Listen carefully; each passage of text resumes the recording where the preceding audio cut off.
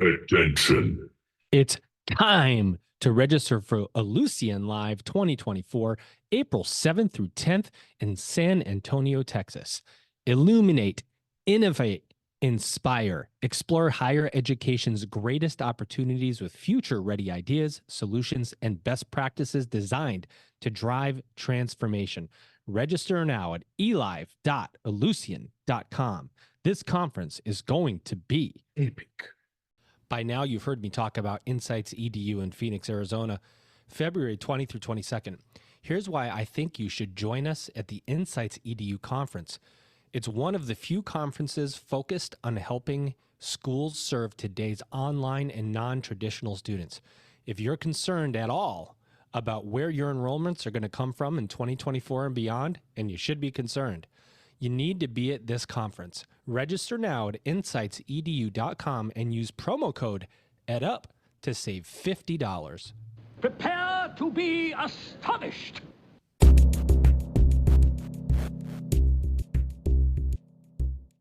Welcome back, everybody. It's your time to EdUp on the EdUp Experience podcast, where we make education your business. This is Dr. Joe Salustio. I've been doing this darn 800 times or so, ladies and gents. When this episode gets released, will be over 800 episodes. To put that into context for you guys, and I don't do this often, where I get on a soapbox, but I will today. Actually, I kind of do that often now that I think about it. But we've interviewed over 250 college and university presidents from across the world in our 800 episodes that we've released. Why is that important? Well, we felt nobody was getting to these college presidents the way we could at the EdUp Experience to bring the challenges of leadership to the forefront. We're seeing so many changes in and around higher education. This is even post-COVID. COVID's a thing of the past now, unless you just got sick. But higher education's dance with COVID, where we've evolved from it. What happens next? That's what we want to find out from today's leaders. And we're passing now, when this episode gets released, our 4-year anniversary with an average of 200 episodes recorded and released each year, interviewing today's amazing leaders at scale.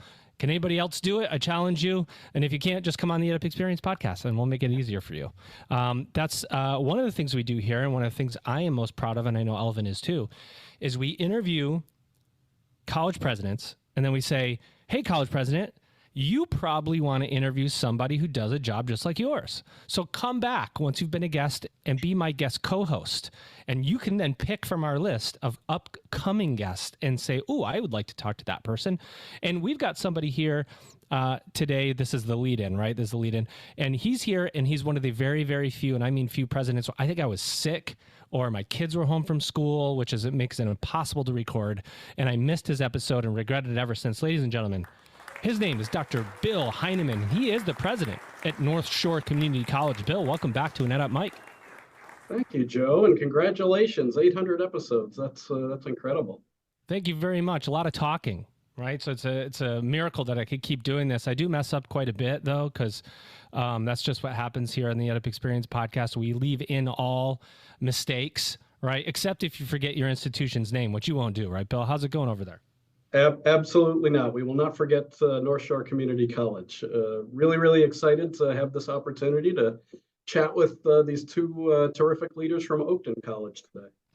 Bill, I'm giving you extra points because typically when I have somebody come back to guest co-host with me, they say something similar like, I'm really excited to interview these guests, but they give the guest names ahead of my introduction. But you did not do that.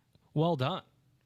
So let's bring them in now. Without further ado, we're going to bring them one at a time. Ladies and gentlemen, first, we have Ann Brennan. She's the Assistant Vice President for Academic Affairs and College Transitions at Oakton College. Ann, how are you? Hi, I'm good. Thank you. Thanks for having me. We're excited to have you, and let's get your president on too, so we can talk to you both at the same time. Ladies and gentlemen, Dr. Joianne Smith. She is the president at Oakton College. Joianne, welcome to an EdUp Microphone. How are you? I'm great. Happy to be here today. Well, we're really excited to have you ladies here to talk about Oakton College. But Joianne, let's start with you first. Level set for us. Give us the lay of the land. Where is Oakton College? What do you do, and how do you do it? Sure. Oakton College is in the northwest suburbs of the Chicagoland area. We serve about 485,000 residents. We're a comprehensive community college offering students over 100 programs, from short-term certificate programs to associate programs that transfer to four-year universities. We have a very diverse student population, which is one of our core strengths. Over 50% of our students identify as students of color from historically minoritized communities. In 2020, we were recognized as an Anna Peasy serving institution, the first community college in Illinois to receive that distinction. About 24% of our students identify as Asian American or Pacific Islander students. 70% of our students are part-time. So they are working adults trying to balance schools and lives. And so much of what we focus on is really providing access to students in an individualized experience that allows them to meet their goals, whatever they might be. Thank you for that. And Anne, I want to go right over to you because your title struck me when I was pulling you up, and I go, okay, Assistant Vice President for Academic Affairs, and that's the second part, and college transitions. And I was going, okay, what is this college transitions part of your job, and why is that so important to Oakton College? Well, I think about everything that students bring to us before they come in and want to transition into us, and everything they'll want to transition out of our college into another space. So I'm always connecting those two experiences. So in a lot of cases in District 535, students are starting to do our own coursework. So the early college program reports through me, and we're out in 9 public high schools and 2 privates, and we're teaching our over 4,000 enrollments a year in college courses while they're in high school. And then I also talk with them about how other early college experiences like the advanced placement program or the international baccalaureate would also count for us, and we try and communicate that out to them. And then I am responsible for making transfer partnerships. And that's what we're going to concentrate on in our conversation today, I think, one of those transfer partnerships. Amazing. And before I pass it to you, Bill, I got to go back to you, Joianne, just for a second before we get into the partnership part of this. And I think you said 435,000 residents or somewhere around there. Mm-hmm. And 485,000. over 100, yeah, right, over 100 programs. That's a lot, right? One of the things in higher ed that you'll hear is you can't be all things to all people. But one of the demands on community colleges is to be all things to all people, because who else is going to offer these if you don't? How do you balance that from a leadership angle? Programs we have to have, programs we maybe want to have, employer, agency saying we need you to do this, and you go, oh, I guess we got to do that too. How do you keep all that in balance, knowing that you're looking at finances at the same time, you're balancing budgets, state funding, all of those things come into play? It's a really good question, and I think that is one of the beauties and one of the challenges of community colleges. But the most important thing is that we are the community's college, so it's really paying attention to our community and the changing needs of our community. So we use data, both qualitative and quantitative, to inform what programs we need to be responsive to the communities that we serve. You know, our current strategic plan, we're in the second year of our strategic plan. It's called Vision 2030, Building Just and Thriving Communities. We were very intentional about not just being focused on students, but focusing on the community that we serve. So we speak to current employers in the district, trying to understand, what do they need? How can we serve them? And making sure that our programs are responsive to those needs, having advisory boards from industry leaders to help inform our curriculum. And then looking at the changing demographics in our community, trying to find out, what do students need? And so we're constantly evolving, creating new innovative programming, and looking at what programs meet our community and will help us all build just and thriving communities. Epic. Bill, over to you. Thanks, Joe. So, Dr. Smith, you have a background in student affairs, and I'm wondering how that sort of influences the way you approach your job as president. I think that being a student affairs practitioner prior to becoming the president really allows me to center the voices of students in all that we do. One of the things that I think Oakton prides itself on is having students at the center of all of our work. They are the core. And so I think that background from student affairs really helps inform that approach. Having worked with students directly and helping them manage all of the things that students experience while in school, many of them not academic related, honestly, helps inform the wraparound and holistic student supports that I think are important in order for our students to be successful. And what would you say is sort of the biggest change you notice in your students since you started in the presidency? Biggest change. I think our students' lives have become even more complicated. You know, I think that the percentage of our students who are part-time, I think, has grown. The age of our students increases.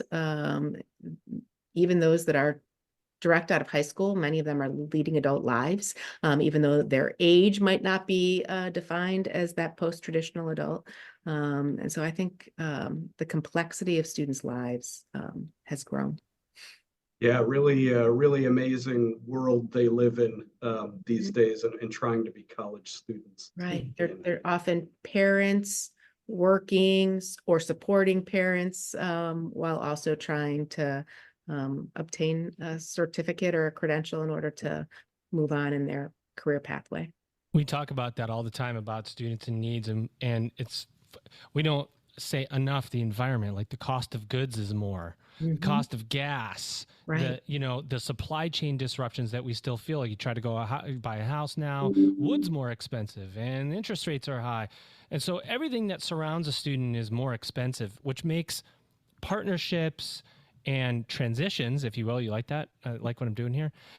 So much more important. And I know you want to talk about a particular I don't know the word, transition partnership that you've developed at Oakton College, and I want to give you the opportunity to bring that up and talk about it. Well, we were very excited when Northwestern University, who has been a partner with us for a number of years on a number of transfer-related partnerships, talked to us about making a very specific guaranteed admission partnership in transfer to their School of Professional Studies, which they started about 30 years ago to offer their fine education to students who wanted to be part-time, because that's not the typical Northwestern experience, part-time. Northwestern is there among the elite schools teaching full-time students in a very rigorous curriculum, but it's the same rigorous curriculum, and it has been offered through their School of Professional Studies, and they offered us as the institution. We're in their district. We're both in what we think of as District 535, which ranges from Evanston out to Des Plaines, where we sit. It includes many different communities. And we send them more and have sent them more transfer students in their history than any other community college, probably because it's easier to learn about Northwestern and maybe believe about it more when you're so close to it. So they began to talk to us about it, and we were excited to help that happen. Again, we have sent a lot of students to Northwestern over the years, and they wanted to define it. In the meantime, they also had many faculty at Northwestern who have been talking about honoring transfer students, and particularly students from community colleges. So there have been faculty from both institutions who have been working together probably over the last 2.5 to 3 years. We've been sending our curriculum, they've been evaluating it, and they've been listing out on their website how it would transfer and fulfill coursework. And that's for all of their programs, because of course, the School for Professional Studies teaches all those courses. So they've done a lot of work, and now this agreement allows us to show students a pathway from Oakton straight into Northwestern. And students have been very excited about that idea. Yeah, over to you, Joianne. How important was this to you and to the staff at Oakton to ink this deal with Northwestern, knowing that they hadn't, right? They didn't had an agreement like this in place before. It was significant for a number of reasons. One, Northwestern is a top 10 institution, and for many in our district, it is an aspirational goal that for many students feels out of reach. So this puts it in reach. Northwestern has never had a transfer agreement with any institution, so it was the first. And so we were incredibly proud of that. I should say, even before this partnership, we created a partnership agreement with Northwestern for a subset of Northwestern students through the Northwestern Prison Education Program. They teach a program in Stateville Correctional Facility, one of the maximum security prisons here in Illinois. And they partnered with Oakton to offer an associate's degree to students at Stateville on their pathway to earning their bachelor's degree at Northwestern. So that was the first partnership agreement that we had with them.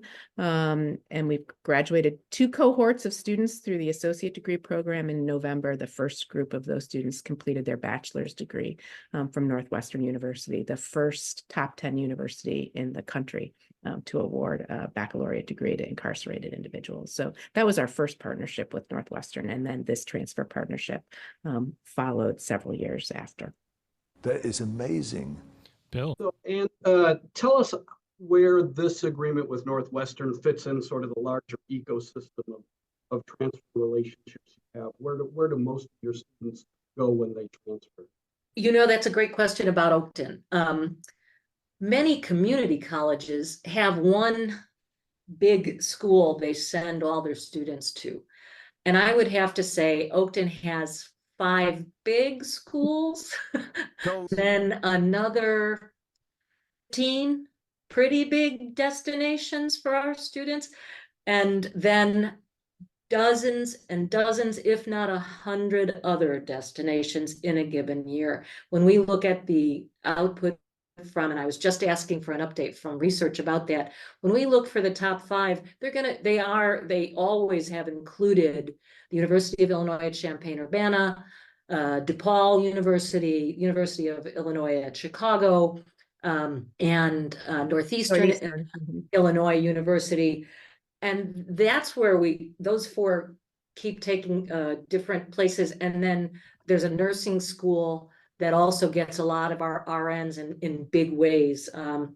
And so we've looked at that, but we can't just make agreements with them, because in the next part of the list, where there's 15 other institutions over a 5 to 10 year period, we're sending double-digit numbers to another 15 to 20 institutions every year for over a period of 10 years. So right now we have over 30 institutions that we have transfer agreements with. And they range from guaranteed admission to scholarship programs for our honors tracks, to program specific agreements that sometimes come with scholarships and sometimes come with the ability to study there before they transfer. Most of them include the offer of the 4-year institutions to advise the students while they go through our college. We're so close to so many institutions that we, make partnerships that allow our students to come and visit, or maybe even take courses during the summer at some sort of a negotiated price, because financial aid isn't always that easy to share. And so they really range. And we try and make students learn about it in a lot of ways, but one way is we try and connect our websites with their websites and our events with their events, so that we're putting things up there for students who are in the community college to be able to think about while they're busy earning their grades with us and make progress to the next place. Sounds like a tremendous amount of variety to manage. Besides trying to use your website really efficiently, do you have other tricks you can share with the audience about how you manage so many different schools with so many different aspects to the agreement? It's fuzzy math. Yeah, well, I think that the best ways that I've seen it is really connecting your faculty to their faculty, because then it even infiltrates the classroom. All of our agreements involve our faculty, and they sometimes initiate them. So for instance, we have an agreement with Lake Forest College that was initiated by our environmental studies faculty here and our environmental studies faculty here. I've always said that it just takes two faculty to make a partnership or make a transfer agreement. Of course, it has to go through a lot of other, but that's where it can often start. And we've had that happen over and over again at Oakton. We're known in the state of Illinois as not the biggest college, but we do send the most transfer students year after year, not the most, not more than the big colleges. But when you compare us, our population has been interested as in transfer as part of Oakton for its history. Mhm. Something to be proud of. Yeah, Joianne, I come back over to you because I do a quick Google search on you, or Google stalking, depending on your perspective. No, I did, and I was going through some of the articles that you've written for the Evolution. And 8 years ago, you wrote an article called "How Students and Administrators Can Transform the Transfer Experience." I don't know if you remember the content in it, but I gave it a quick look. Can you recite it word for word for me? No. I'm trying to remember what I said. Yeah. So I don't think it matters. But the fact is, 8 years ago, you were thinking about how to transform the student transfer experience, right? And you were writing an article about how 8 years later, now, as you're talking about this partnership with Northwestern, all the work, Anne's position, the title, the nature of the title by itself says focus, transition, right? Do you think that you're achieving that you're transforming the transfer experience for students at Oakton to make it easier, clearer, more accessible? I do think so. And if you look at our current strategic plan, there's only 3 pillars. One of them is strengthening students' Oakton experience, which really is this whole transition piece, making sure that students, as they transition in, experience Oakton while they're here and then transition out, is very intentional and seamless for students. You pointed to Anne's position. We didn't have an assistant vice president for academic affairs and college transitions 8 years ago. Anne has really been instrumental in helping us build both the early college program at the front end, as well as develop innovative transfer partnerships like the one with Northwestern. Are you kidding me? No, I'm not. For a third straight year, the EdUp Experience will be recording live at Elucian Live 2024. This year in San Antonio, Texas, April 7th through the 10th. Illuminate, innovate, and inspire. That's the framework for the conference. Leaders from institutions around the world will converge at Elucian Live 2024 to discover game-changing technology, share industry insights, and build powerful connections. It's time to explore higher education's greatest opportunities with future-ready ideas, solutions, and best practices designed to drive transformation. You can register now at elive.elucian.com. Epic. Oh, yeah. You've heard me talk about the Insights EDU conference. Well, let me tell you 3 reasons why I think everyone listening should join us in Phoenix, Arizona on February 20 through 22nd for Insights EDU. 1, it's one of the few conferences focused on helping schools serve today's online and non-traditional students. 2, you can expect a mix of speakers you won't hear anywhere else, including higher ed leaders from Google, LinkedIn, Adobe, and more. And reason 3, Insights EDU has an agenda packed with sessions discussing the latest trends in higher ed leadership, marketing, and enrollment management. Register now at insightsedu.com and use promo code EdUp to save $50 off your registration. Oh, yeah. And if you're, what advice do you give if you're thinking about what you have all achieved at Oakton? Somebody who's coming in maybe in a position similar to yours that is going to help manage these transitions. Transitions is such a broad word when you think about students and all the stuff they bring in with them, all the stuff they want to go out with. How do you pull this together? Where did you start? blank canvas, did you go, okay, this is the starting point, or maybe I have to start at the end and work backwards? What's your advice for somebody who might be in a similar role, trying to streamline transfer to community college or otherwise to get to the level that you're at? Well, it did take a whole lot of change of the academy, if you will. When I started out in California, and California was doing it really well. California was, and I started a long time ago. I'm looking at my retirement at the end of this year. Yes, So asking me that question is retirement. really interesting to me, because I remember back in the 80s, I'll take myself back to there, that California was already articulating all the credit from their community colleges to the University of California system, which was ranked among the best in the world. And they were accepting all of the credit. And I was at the University of Southern California, not a public college, a private college. And it was the receiver of the most transfer students of any Research One institution in the United States back in the 80s. And that wasn't by accident. They needed to compete with UCLA and Berkeley, and they were taking the transfer students. So USC got busy and started talking to those associate degree granting institutions and saying, okay, we'll take all the credit that UC takes too. And they had already begun that early. In Illinois, we weren't doing that. When I returned to Illinois, that activity was underway, right? And so my work in transfer began like I would say, if in any way you're noticing at a college that all the students aren't coming out of high school anymore, they're coming from a lot of different levels and with a lot of different background, that would right now start to pay attention to that. And at Oakton right now, we're grappling with the concept of not just giving transfer credit from the last place that you went to, but what did you learn anywhere? Can we give you credit for what you've learned before?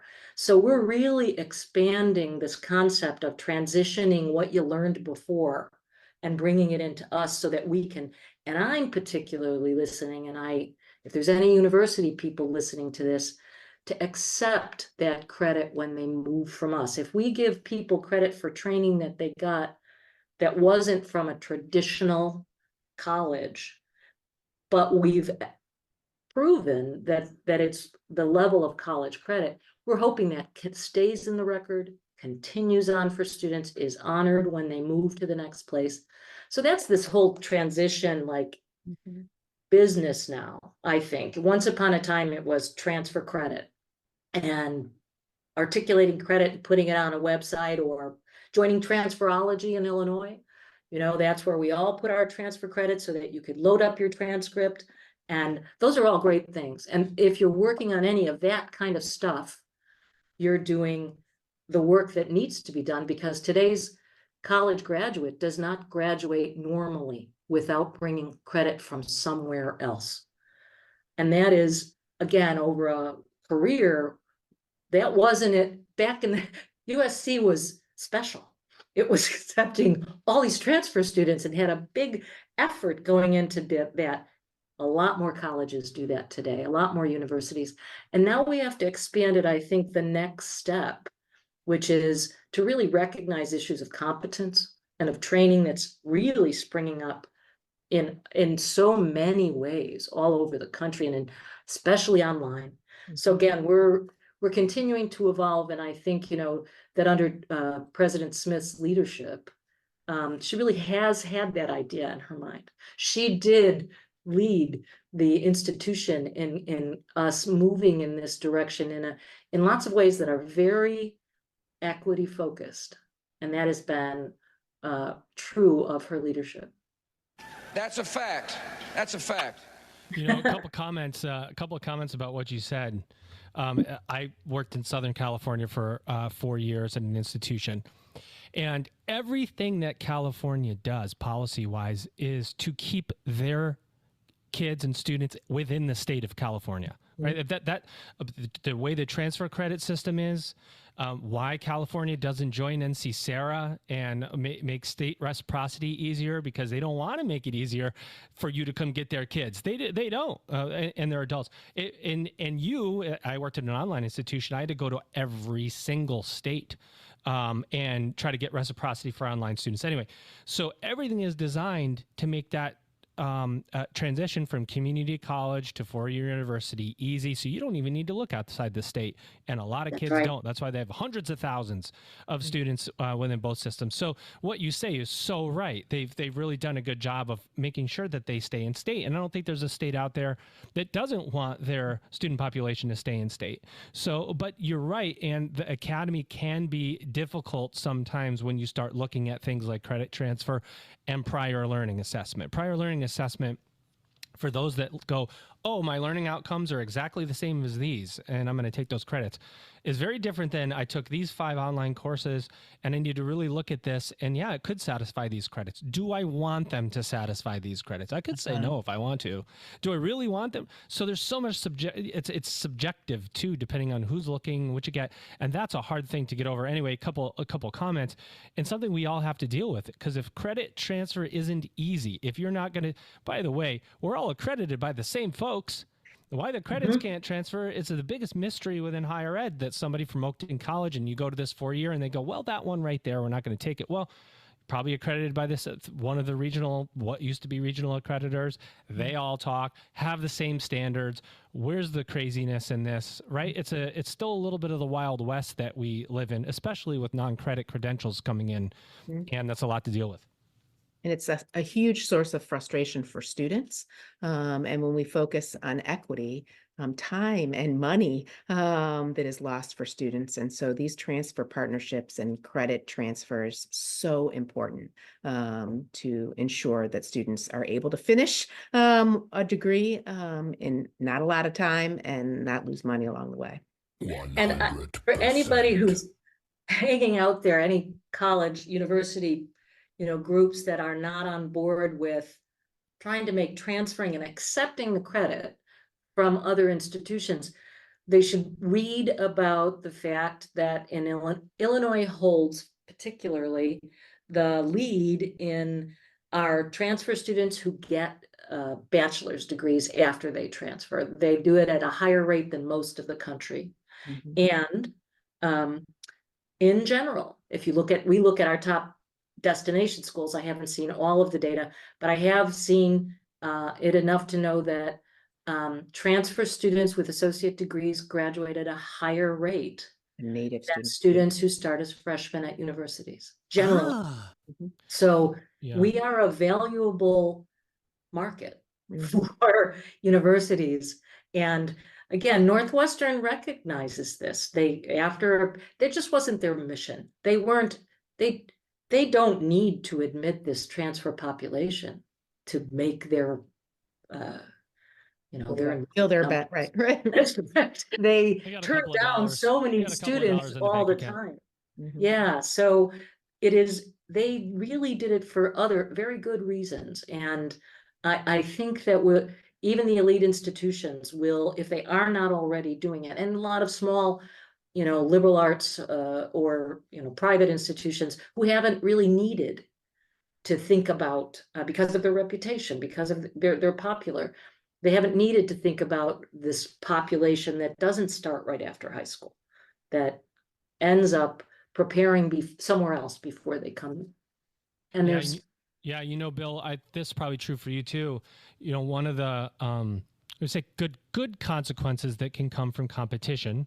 And when I say competition, not just university to university, I mean whether a college degree has value and should I go to college, right? Because that's the biggest competition that's out there, is that institutions go, well, I might need more students, or I need to fill my future pipeline, or I need to start thinking about these other populations that I could serve. So I need to make credit transfer easier, right? Because I just don't, my classes aren't full and there's a line, so I could go, well, we'll take that one and not that one. I want as big of a line as I can have, so I better start looking at my policies to see how I make it easier for students. Is that true in your area too, Bill, and some of the things that they're saying at Oakton? Yeah, it absolutely is. I think everybody's recognizing that the higher ed landscape is really changing. Certainly in this part of the country, the traditional age college demographic is shrinking. And there's also this tremendous need in our communities for for adults that do not have post high school training or education of some kind. There's all these opportunities out there, really good paying jobs. Doesn't always require a bachelor's degree or even an associate degree. So yeah, there's a growing recognition of it, and there's still a lot of old thinking in some institutions that they think they're protecting themselves by trying to keep people out, and it's really it's not very logical in 2024. Yikes! So as we get to the future for Oakton, right? So you've gotten this partnership together. By the way, what was the reaction from the students to both you guys? I mean, did somebody go, "Oh my God, I never thought I could go to North"? You know, I mean, what did you get? What momentum did it create? A lot of momentum. I mean, our students are very excited. Our community is excited. I think I heard from our college marketing team that it was, in terms of our social media, it was the most shared. That team better be excited. Yeah, it was the most shared article this past year, that there was a lot of excitement from students and community members and saw possibility. And are you seeing that? I'm sorry, I was contacted by an alumnus who had gone through Oakton, gone to SPS and gotten a degree, and wanted to say she had seen it and was so excited that her experience was now sort of codified or really well described for students to follow. Love that. That's amazing. Bill, you have any other questions for Anne or Joianne before we get to our final two? So, Dr. Smith, if I'm doing my math right, you're going to be finishing up your 9th year as a president this year.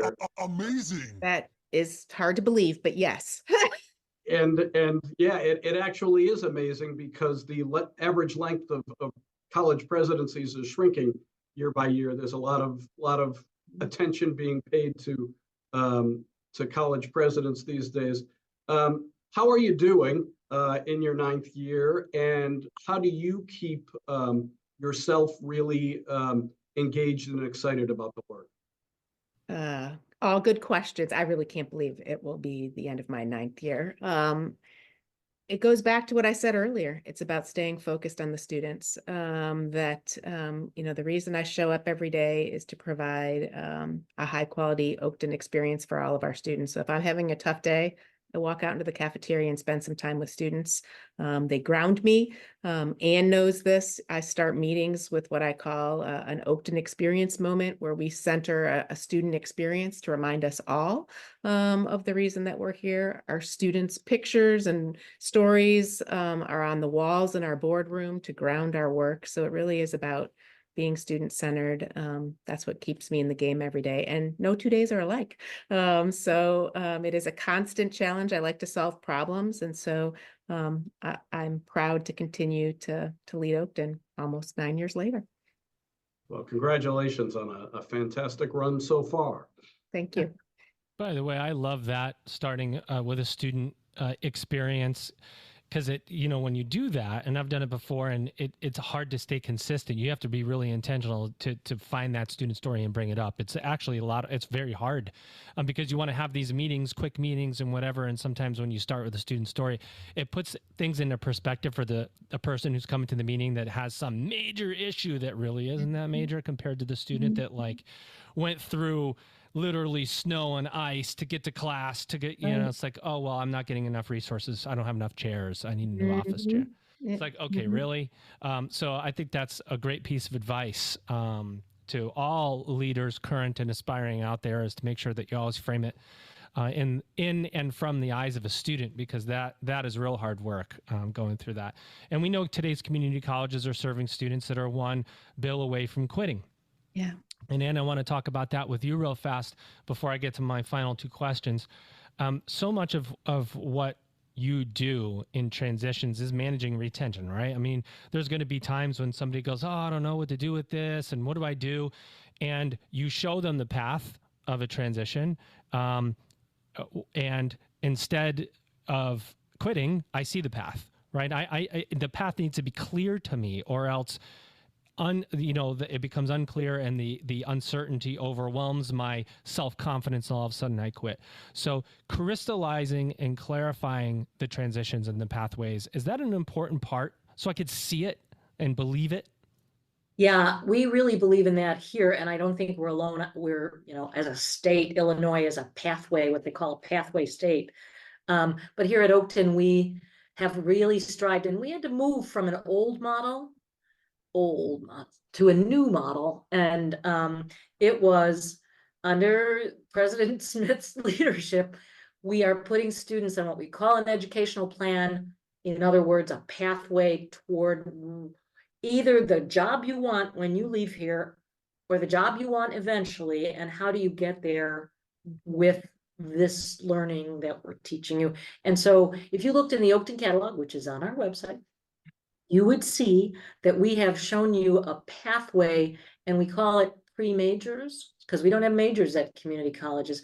But if you take our general education core plus with some very specific recommendations by faculty that have been linked to the next place, then the next place could be a lot of places. You're not going to find yourself only having prepared to go to one place. So I think that's one of the things that Oakton really has done to meet this need to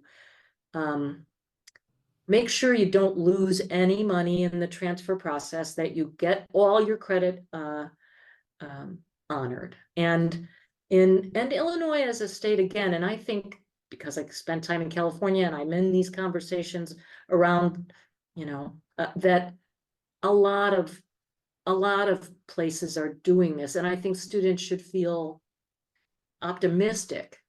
I see a lot of stories about students who don't get their credit, and it seems to me that calls colleges to task, and should.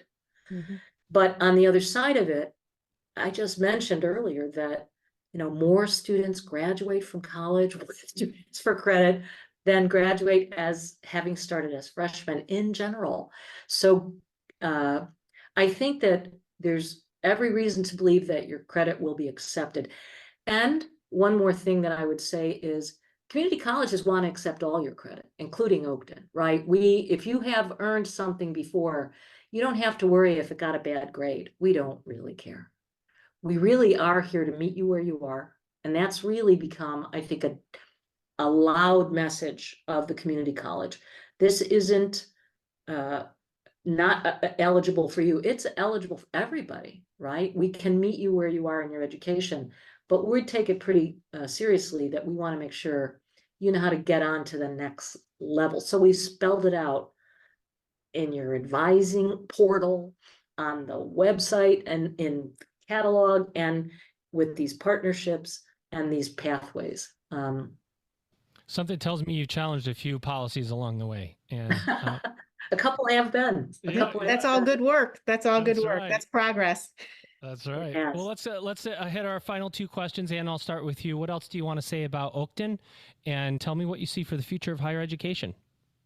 I'm delighted because Oakton's enrollment continues to grow, and it has for the past, I think, 2 years. And that was a change that made us all hold our breath for a while. And we wondered if these big,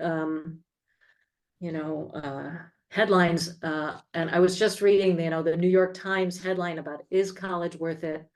And it gave there's a big section in there, and the answer continues to be yes.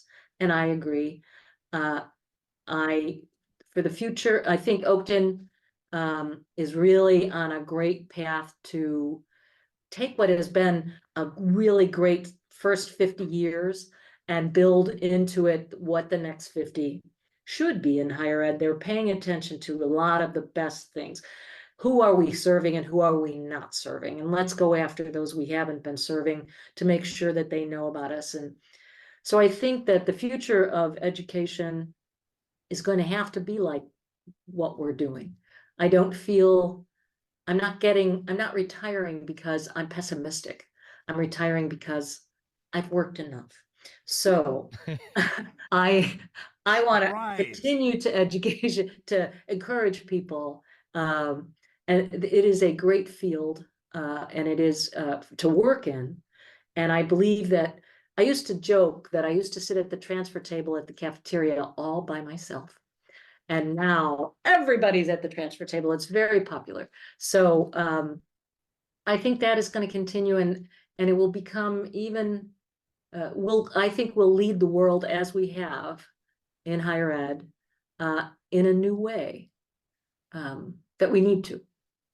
Yeah, I'm not so sure Dr. Joianne Smith is going to let you go that easy, but I think that's a conversation for another podcast. Joianne, same questions to you. What else do you want to say about Oakton, and what do you see for the future of higher education?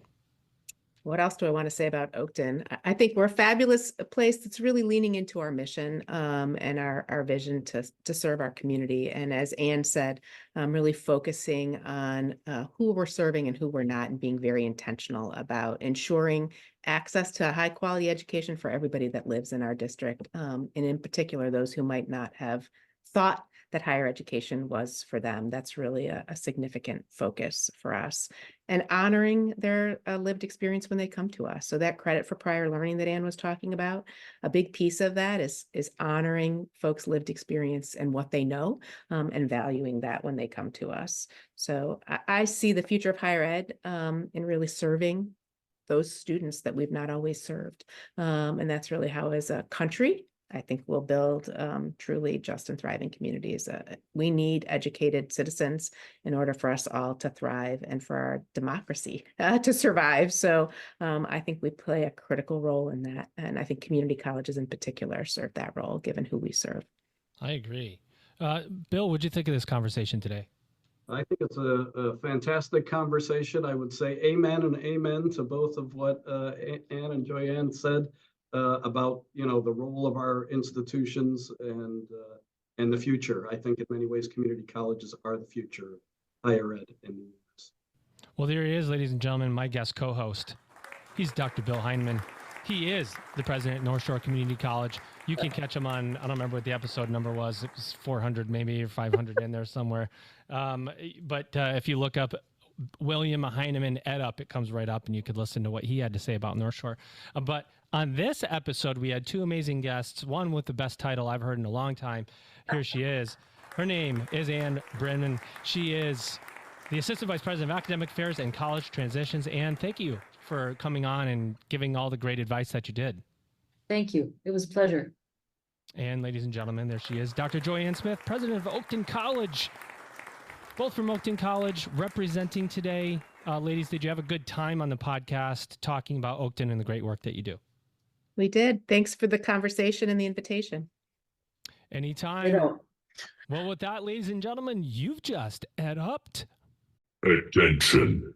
It's time to register for Ellucian Live 2024, April 7th through 10th in San Antonio, Texas. Illuminate, innovate, inspire, explore higher education's greatest opportunities with future-ready ideas, solutions, and best practices designed to drive transformation. Register now at elive.ellucian.com. This conference is going to be epic. Hey there, higher ed leaders. Are you thinking about joining the EdUp Experience podcast at Insights EDU on February 20th through 22nd in Phoenix, Arizona? 100%. I thought so. This is the go-to event for higher education marketing and enrollment management. At Insights EDU, you'll gain cutting-edge insights from industry experts, including speakers from companies like Google, LinkedIn, Adobe, Salesforce, and more.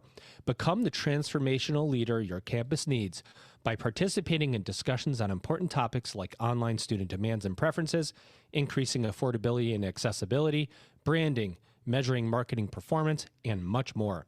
Insights EDU is the conference you need to attend in 2024. Register now at insightsedu.com and use the code EdUp to save $50 off your registration.